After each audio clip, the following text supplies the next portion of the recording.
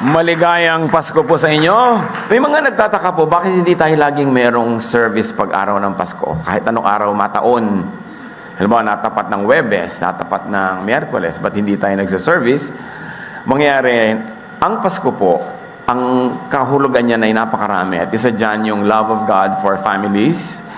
And we don't want our services to be divisive issues among families. Hindi naman yung 100% member ng buong clan, member ng church natin eh.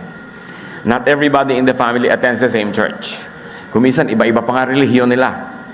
Kaya ayaw natin na kung meron tayong pagdiriwang, yung mga members natin ay maobligang umattend. Dahil para magigilty sila pag hindi sila attend.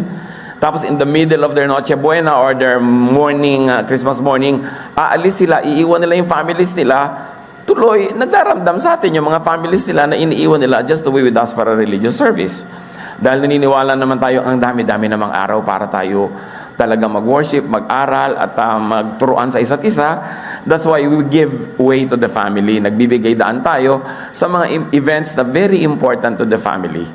Ganon din yung mga Holy Week events. Hindi tayo gumagawa ng mga services dahil ang mga tao umuwi sa mga pamilya nila sa probinsya, ayaw nating hati ang loob nila. At siyempre, pag lagi mong sinike up na sa Lord ito, unahin ng Lord, atin talaga sila, pero wala sila doon sa family event.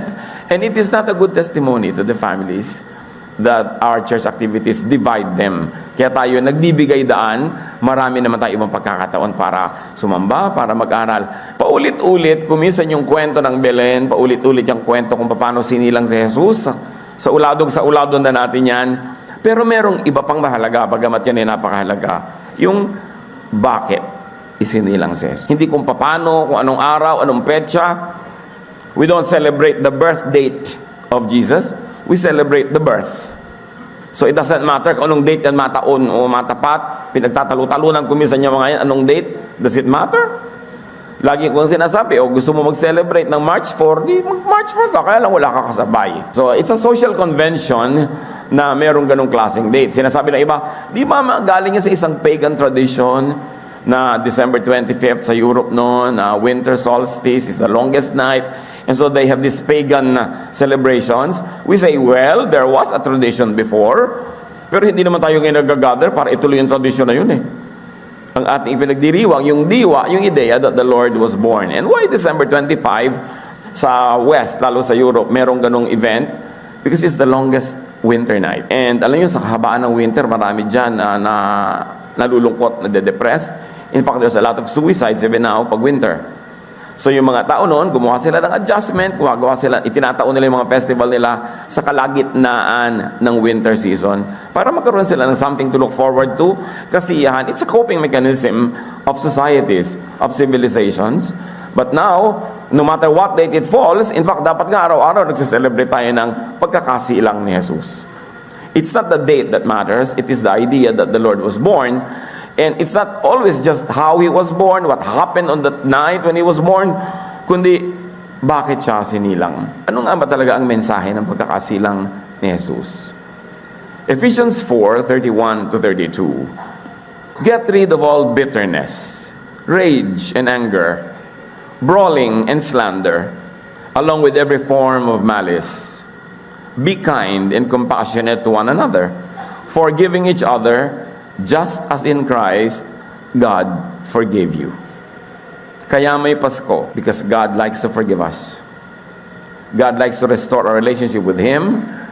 At ang Panginoong Jesus ang naging daan, naging tulay sa nagkalayong relasyon ng Diyos at ng tao. Kung araw-araw, taon-taon, nagpapasko tayo, pero meron pa tayong iniingat ang galit sa ating puso. Meron pa tayong mga kinikim-kim na sama ng loob. Meron pa tayong pinagtataniman ng galit.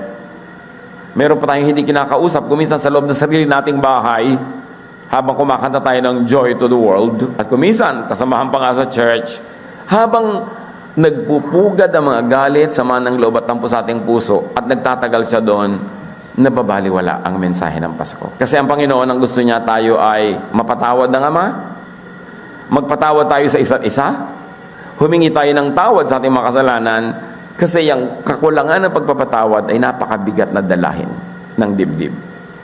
Pag may galit ka, hindi makukumpleto ang iyong saya. Pag nagkikimkim ka ng sama ng loob, hindi makukumpleto ang iyong saya. Sa mag-asawa na may isa o pareho silang nagkasala sa isa't isa, pag hindi mo pinatawad completely, pero magkasama rin naman kayo araw-araw, matabang ang samahan. Mapakla pa nga, sayang, nagsama pa, kulang ang saya. Kaya ang itinuturo talaga ng Panginoong Hesus, pagpapatawaran. So yan ang atin ngayong challenge at kaligayahan sa celebration ngayon. I like you to think of people na meron kayong pagkukulang sa kanila at magpasya kayong humingi ng tawad in any form, in any way, para matapos na yon. At kung meron na kayo naman yung galit, kayo may sama ng loob, magpatawad na tayo ngayon. Bigyan natin ng kahulugan ng ating pagsasama-sama ngayon na makalaya tayo sa lahat ng uri ng bigat. Bakit? Magpatawad tayo kasi Pasko naman. Panginoon, salamat po at may Pasko. At dahil dyan, maaari naming sariwain ang aming buhay, maaari naming pag-aralan ang aming mga ginagawa, at maaari naming ihanap ng liwanag ang aming mga kadiliman, ituwid ang aming mga kalikuan. Mangusap po kayo sa amin para sa aming pagsasaya, maging malalim, maging malawak at mataas ang kahulugan, na ngayon magpapalaya kayo ng mga tao, Panginoon, mula sa mga samaan ng loob, mga galit, valid or not valid, but just the same, these negative feelings affect us. We like to surrender our hearts to you today bilang pagkilala ng dahilan kung ba't isinilang ang iyong anak na si Jesus. Kayong mangaral, kayo ang magpagaling at magpalakas sa amin upang gawin ang tamang gawin. Dalangin namin ang lahat ng ito sa ngalan ng iyong anak na si Jesus. The main message of Jesus is forgiveness and acceptance. Kaya dapat yun ang na-emphasize sa Pasko. Sa Pasko, hindi lang, anong ireregalo ko kanino, anong ireregalo ko, kundi sinong dapat kong patawarin na dapat kong regaluhan ang tunay na regalo ng Pasko. Sino ang dapat kong tanggapan ng pagpapatawad at paano ko padadaliin sa kanya yon? Hihingi ba ako ng tawad? Magpapadala ba ako ng regalo? Magpapadala ba ako ng greetings? Para malaman niya, directly or indirectly, na ako'y humihingi ng tawad. Because the main message is forgiveness. God's forgiveness and acceptance of people through Jesus. Acts 13:38-39. I want you to know that through Jesus, the forgiveness of sins is proclaimed to you. Sa pamamagitan ni Jesus, ibinibigay ang pagpapatawad. At yun ang dahilan ng Pasko. Empty ang Pasko na walang kakambal na pagpapatawad at pagpapatawaran. Through Him, everyone who believes is set free from every sin. A justification you were not able to obtain under the law of Moses. So that's the reason. If people would have to obey the law of Moses to be free from sin, nobody could be free because nobody could obey. So Jesus was sent to obey the law of Moses in our behalf, and then to go above it and to set us free from that law. Na napakalinaw na ginawa niya sa pagpapaalaya niya sa mga tao sa law of the Sabbath, sa mga law ng mga dietary laws, mga laws of physical cleanliness, etc., etc. So, pinapalaya tayo. Napakaraming mga batas ang sinunod niya in our behalf kasi hindi natin kaya sundin. At napakarami naman siya mga batas na in-update. Ginawa niya ang interpretation na very loving, very kind, para hindi na tayo laging kulang. Ang ginawa niya, the Lord reinterpreted the law. And the reinterpretation of Jesus is a loving interpretation. Kasi pwede maging unloving ang interpretation of the law. Pwede yan na maging cruel, pwede maging unkind, pwede ka mambato ng kapwa. But the Lord said, I give you one command and that is love. So dapat loving ang application. Pag hindi mo kayang i-apply in a loving way, well, charge it to history. May bago ng law na umiiral, the law of love. Mahiwaga kung paano tayo pinapatawad, kung paano tayo nililinis, pero ang mahalaga, gawin natin yung kaya nating maintindihan. At yun ay pinapagawa sa atin, people's forgiveness and acceptance of others. Hindi man natin lubos na maunawa kung paano umaandar yung method ng Panginoon sa pagpapatawad, ang alam natin ganito, pag nagpatawad ka sa kapwa mo, pinapatawad ka rin ng Diyos. At pag hindi ka nagpapatawad, nagiging hadlang yon para ikaw din ay mapatawad ng lubos. Mark 11:25, and when you stand praying, if you hold anything against anyone, forgive them, so that your Father in heaven may forgive your sins. Pag doon nananalangin ka at alam mong meron ka pang kinikimkim na galit, kahini naman, patawarin mo na. para patawarin ka rin ng Diyos. At hindi lang sa prayer yon. So if you like to hold Christmas celebrations, o before you do that, magpatawad ka para magkaroon ng kabuluhan ang iyong celebration. It is important that we forgive. The theology of forgiveness of God of all sin is sometimes above us, sometimes beyond us. But the method of how we can be forgiven is very clear. Forgive others, and you get forgiven. And you can operate in that level. Hindi na kailangan maging very profound yung understanding ng mga ideya. I-apply mo na lang on the ground. Be forgiving, and you get forgiven. Jesus likes us to get forgiven by others. Kaya itinuturo niya sa atin, humingi ka ng tawad, pay, restitute, be reconciled with one another. Kasi alam ng Panginoon that life is a lot nicer, easier, more beautiful pag walang galit sa atin. Lalo kung malapit sa atin yung mga yon. Kaya tinuturoan niya tayo magpakumbaba, humingi ng tawad, para walang hidwaan na nagaganap. Matthew 5:23-24. Therefore, if you are offering your gift at the altar, and there remember that your brother or sister has something against you, leave your gift there in front of the altar. First, go and be reconciled to them, then come and offer your gift. And this is the Lord speaking.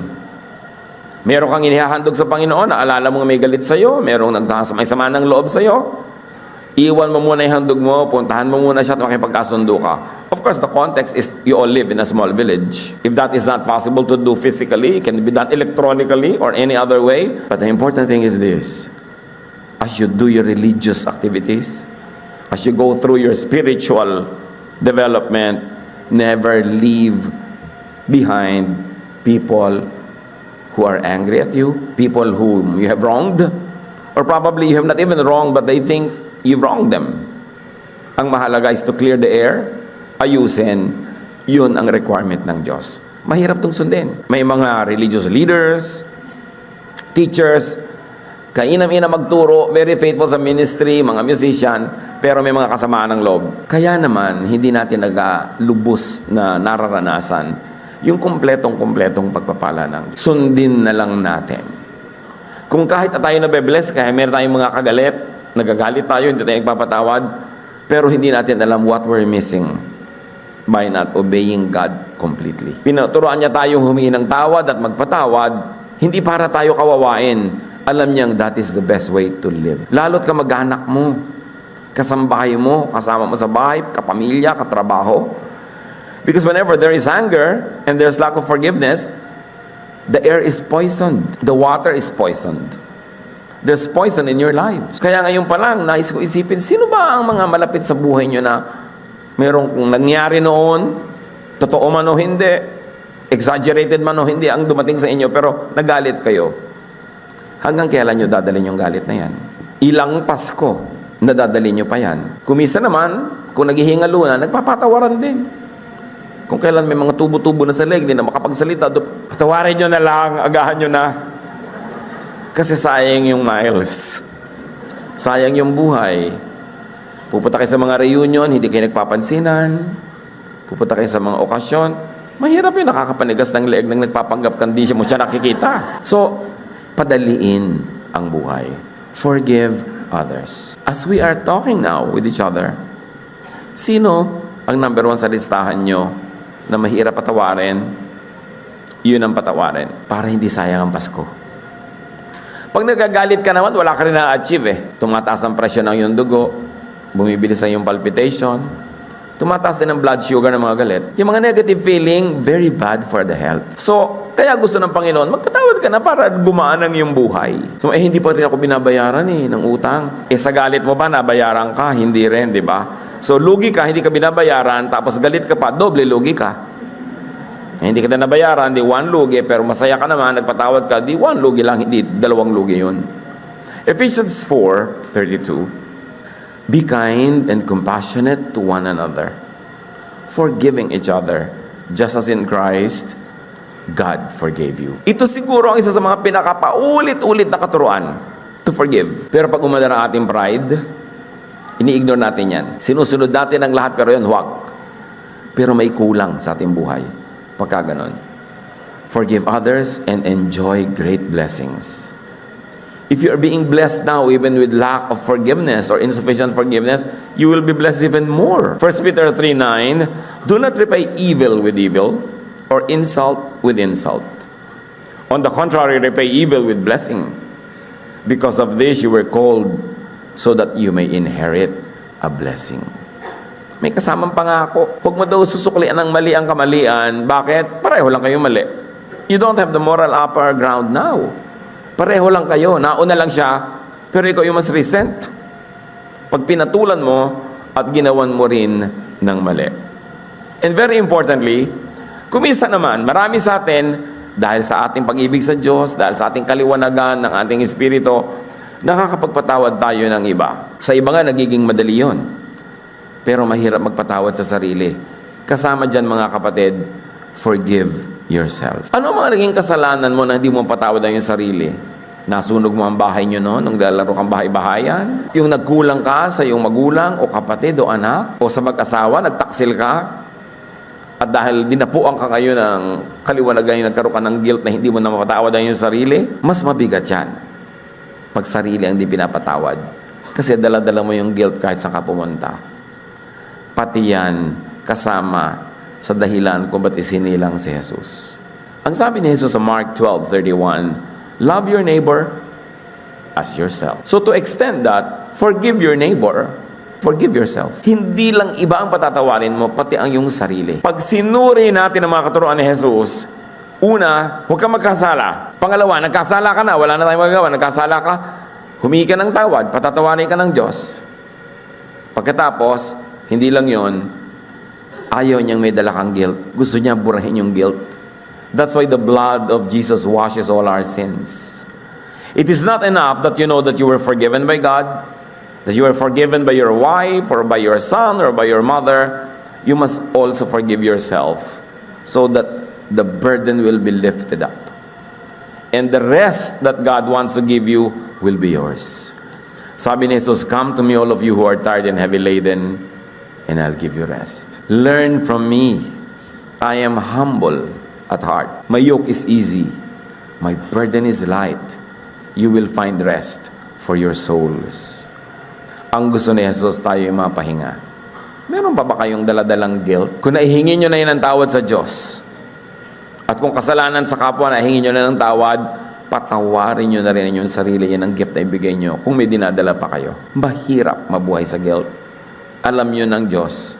Kaya ang dami-dami niyang laws na pinalitan ng love, kasi hindi mo rin man masunod, maging loving ka na lang, because love covers a multitude of sins.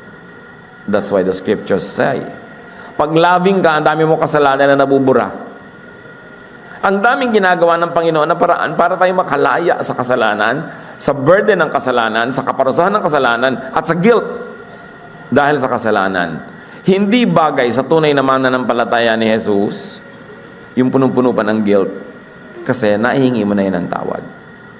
Binayaran na rin ni Jesus ang bayad dyan. At ang gusto ng Panginoon, mapahinga ka. Kaya ang sabi nitong si Paul sa Philippians 3:13, meron akong past. One thing I do, forgetting what is behind and straining toward what is ahead. Sabi ni Pablo, yung nakaraan na, nililimot ko na yun. Ang aking makarumihan, ang aking mapagkakasala, ang aking makakulangan. Ang ngayong tinututukan ko na lang, yung darating pa. Marami pa akong misyon. Marami pa akong gagawing mabuti. So, yung nakaraan, tama na. Kumisan, may mga kababayan na nag-abort. Dahil ayaw niyong sabihin sa magulang niyo na nagbuntis kayo, tapos nag-abort kayo, dala-dala niyo buong buhay. Kung hiningi niyo na yung tawad sa Diyos, pinatawad na kayo, move on. At huwag tayong nag-uusigan ng kasalanan ng isa't isa. Lalo kung mag-asawa na kayo, alam nyo mga naging kasalanan ng isa't isa nung nakaraan, yung mag-aaway kayo, ungkatin nyo. Hindi na nga inuungkat yan ng Diyos eh. Sabi sa Bible, as far as the east is from the west, He takes our sins away from us. He takes our sins to the depths of the sea. Kasi nung araw, walang nakakarating sa ilalim ng dagat. So yun yung metaphor, yun yung talinghaga. Yung ibig sabihin lang, kung saan ka hindi nakakarating, doon dinadala ng Diyos, kalayo ang iyong kasalanan para hindi ka na usigin pa. So dapat tayo magpatawaran at pag nagpatawad, maglimutan ng kasalanan. Nagkamali sa iyong anak, nagkamali ang magulang, nagkamali ang asawa, pero nagkasundo kayong ituloy ang buhay, magkasama pa kayo, nagpatawaran kayo, ay kalimutan nyo na ang pag-ukat-ungkat ng nakaraan.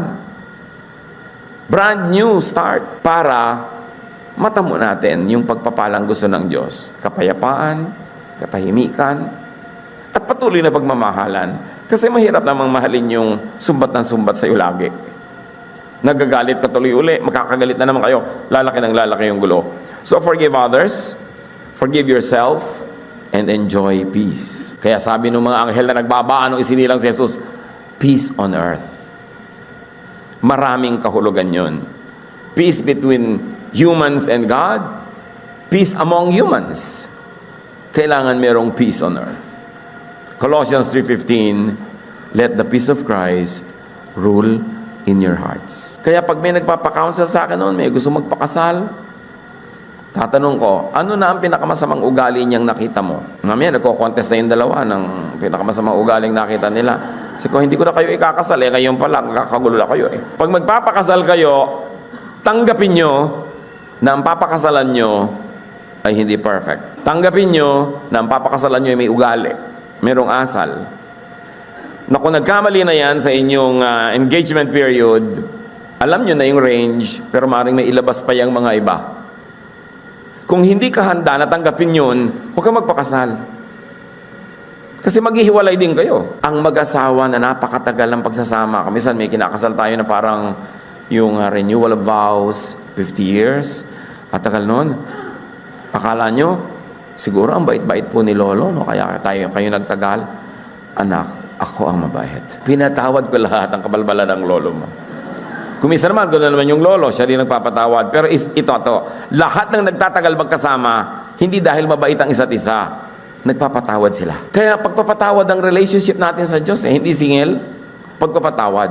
At kung tayo pinapatawad ng Diyos, sino naman tayo para hindi magpatawad ng iba? You don't burn the bridge over which you two must pass. And it is the bridge of forgiveness that is your way to God. So don't burn that same bridge to go against people na ayaw niyong tanggapin. Forgive others. Let the peace of Christ rule in your hearts. John 14:15, sabi ni Jesus, if you love me, you will keep my commands. And Jesus gave really actually just one command. Love one another. Lalo mag-asawa kayo, yan na yan. No return, no exchange. As is, where is. Kasama na lahat yung mga dilapidation, depreciation, lahat. Mag-decide kayo na ganon, at lahat na magiging conflict yung in the future, magiging madali lang. Parang pag nangyari, yan na nga yun, kasama yun sa tinanggap ko. Kasama yan. Pag ganon ang policy, sasaya kayo. Huwag niyong ilagay ang kaligayahan ninyo, mag-asawa, magkapatid, magmagulang, anak, mga magkakasama sa trabaho, huwag niyong ilagay ang kaligayahan niyo sa perfection ng kapwa. Ilagay niyo sa inyong willingness to forgive. Then walang makakaagaw ng kaligayahan niyo kasi kayo ang may hawak na kapangyarihan to forgive. Pero kung ang kaligayahan niyo ay nasa performance niya, hindi niyo hawak yon, siya ang may performance noon, you are not in control. But if your happiness will be in your willingness to forgive, it is in your hands, you can always dispense it. Then you will be in control of your situation. Make this Christmas extra special. Huwag na natin pag-usapan yung mga ilan yung mga kambing doon sa Belen, mga tala. Alam na natin lahat yan . Ang gusto ko bigyan ng diin, bakit isinilang? Para tayo patawarin ng Diyos at para magpatawaran tayo sa isa't isa. So get forgiven. Kung alam nyo na merong may sama sa inyo ng loob, merong galit, gumawa kayo ng paraan to appease that anger. Kung may utang kayo, bayaran nyo. Kung wala pa kayo bayad, at least i-acknowledge yung, hindi ko pa naman nalilimutan yung utang ko, meron. Pero, hindi pa lang kita mabayaran ngayon. Kasi napakalaking nervyos nung nagpautang nung dinadaan-daan na akala mo nakalibutan niya. Ikaw pa ngayon nahihiya magpaalala. So, kung meron kayong ganon, sabihin nyo, hindi ko nalilimutan ang utang ko sa'yo. Huwag kang mag-alala, pag nakaya ko, bayaran kita. Yun lang malaking luwag sa dibdib na ina-acknowledge. Kung meron nagsama ng loob sa inyo, nagawa nyo man o hindi ng mali, go to them and tell them kung ano man ang nagawa ko o hindi ko nagawa. Patawarin mo ako. Huwag na kayong magtalo. Ikaw kasi, may ganun, hihingi ng tawad, tapos ikaw kasi. Mamaya nag-aaway na naman. Pag humingi kayo ng tawad, sige na, akuin nyo na. Tulad ni Jesus, may kasalanan ba siya? Nung pinako siya sa krus? Wala. Inako. Para matapos sa usapan. So akuin nyo na lang. Kung yun ang tatapos sa usapan, kaysa patuloy kayong magsisihan, mag-contest kung sino ang mali. Lalo sa mag-asawa, pag may mali siyang ginawa, tapos hindi ka gumawa ng tama, mali na rin yung ginawa mo, pareho na lang kayo mali, nauna lang nga siya. Gaano kahaba pang nalalabing buhay sa atin dito sa lupa? One day? Huwag naman. No? Masyado maiksi. But who knows? Dapat, bago tayo matulog, magkasundo ang mga dapat magkasundo. Aalis kayo ng bahay, huwag kayong aalis ng bahay nakagalit nyo yung asawa nyo o magulang nyo o kapatid nyo. Hindi nyo alam kung pareho pa kayo makakawin buhay mamayang gabi. Bakit? Totoo naman na. Yung maghihiwalay kayo may samaan ng loob. Kung may nangyari sa kanya, guilty ka ngayon. Humingi ka ng tawad sa isang malamig na bangkay. At marami tayong nakitang ganyan mga drama. Dapat habang buhay, habang nag-uusap kayo, ayusin nyo yan. Meron kayo dapat deal. Hindi man tayo magkasundo, meron man tayong pagkagalitan, hindi tayo maghihiwalay ng din ayos. Lalo kung nag-abroad pa. Yung mahal nyo sa buhay, sasakay ng barko 10 buwan. Tapos mga 3 linggong walang signal. Alam nyo ba ng mga marino, pagka nasa dagat walang signal? Pag nakakita lang sila ng lupa, doon may pwede ng signal, tawagan niya sa mga asawa. E paano kung sa pamamagitan ng oras sa walang signal ay may nagganap na hindi maganda sa iyong mahal sa buhay? Sisisi ka. Do not keep a record of wrongs. Always pay when you can and if you must. And always forgive. Dapat sa accounting nyo laging zero balance. Dapat laging ganon. Kasi ganoon ang Panginoon sa atin. Get forgiven. So review, kaninong patawad ang kailangan mo ngayon? Make that decision kung wala siya ngayon. Pero kung nandito ngayon, katabi mo, pisilin mo ng konti ang palad niya na ibig sabihin nun, humingi ka na ng sorry. Ibig sabihin, may mag-asawa niya magkatabi, nag-aaway. Review and seek forgiveness. And if you can, and if you should, restitute. It's not enough to say sorry when you can do something more. Restitute. Isa pang review mga kapatid, sino ang dapat mong patawarin Yan, the power is in your hands. Mas madali. Forgive na. Ngayon na. Huwag mo na ipagpaliban. Huwag mo nang tagalan. Kasi pag natagalan yan, darating na naman ng mga ibong, mga padala ni Taning, aagawin na naman itong mga salitang narinig natin ngayon. Kailangan magpatawad ka na. At kung pwede mamaya, pagkatapos ng ating pagkasalambahan, i-text mo na. Kahit hindi mo sabihin clearly, pinapatawad na kita, just say something. Eat na ba you? O, di ba? Ibig sabihin lang nun, okay na kayo. Give something na parang antisipo para wala nang bawian na nakipag-usap ka na. Kung kailangan mo mag-text ka, makipag-usap ka, magpatawad, at huwag nang magalit, huwag nang magtampo, kung ikaw yung may tampo. Kung ikaw nga yung galit, the power is in your hands, kasi pwedeng ikaw magtanggal ng galit na yun Mas mahirap kung siya ang galit sa'yo Kaya mas madaling yung ikaw ang galit, na mas lumuwag yung dibdib. Kasalanan mo na, pagkadala-dala mo pa, pero ikaw pala yung galit. Kasi pwede mo nung alisin yung galit mo. Pwede ka magpatawad. The power is in your hands. Whatever it is, if you need to, seek forgiveness. Huwag nang mahiya at huwag nang magtagal. Huwag nang magmatigas ng loob. Mga kapatid, magpatawad na kayo. Humingi kayo ng tawad. Sige na, Pasko naman. Panginoon, salamat po dahil may Pasko. At dahil dito, meron kaming malaking paghuhugutan ng lakas para magpatawad, para humingi ng tawad, para ayusin na aming mga relasyon. Sa sandali ito mga kapatid ng katahimikan, makipag-ayos kayo sa Diyos kung merong dapat ayusin. Kung meron kayo hindi pinapatawad ng matagal, patawarin nyo na at sabihin nyo sa Lord, Lord, pinatawad ko na po. Yun ang report nyo sa Lord ngayong Pasko. At kung meron kayo dapat hinga ng tawad, make this firm resolve that you will do it as soon as you can. Lord, hear the prayers of your people. Ang dalangin namin, magpalaya kayo ng mga anak nyo na narito ngayon. Hindi aksidenteng narito sila, gusto mo silang palayain. Kung may bigat ng dibdib, kung may dinadala mga sama ng loob, at kung merong pagmamatigas at ayaw magpatawad, lahat kami, Panginoon. May our hardness melt in the presence of your love. May the dark parts of our soul be brightened up by your light. Tapunan mo ng liwanag, Panginoon, ang mga madidilim na bahagi naming buhay. Palakasin mo ang aming mga puso't isip na gawin ang tama. Makipagkasundo, magpatawad, humingi ng tawad. At kung meron man, hindi kailangan gawin to dahil wala silang galit. At kung meron man na walang nagagalit sa kanila at hindi nila kailangan humingi ng tawad, salamat sa napakagandang buhay na naipamuhay nila sa nakaraan. Subalit sa karamihan, Panginoon, kailangan namin na yung lakas para masunod ang lahat ng ito at maging totoo sa aming buhay ang diwa ng Pasko. Magbulay-bulay, think of people that you have to forgive and forgive them now.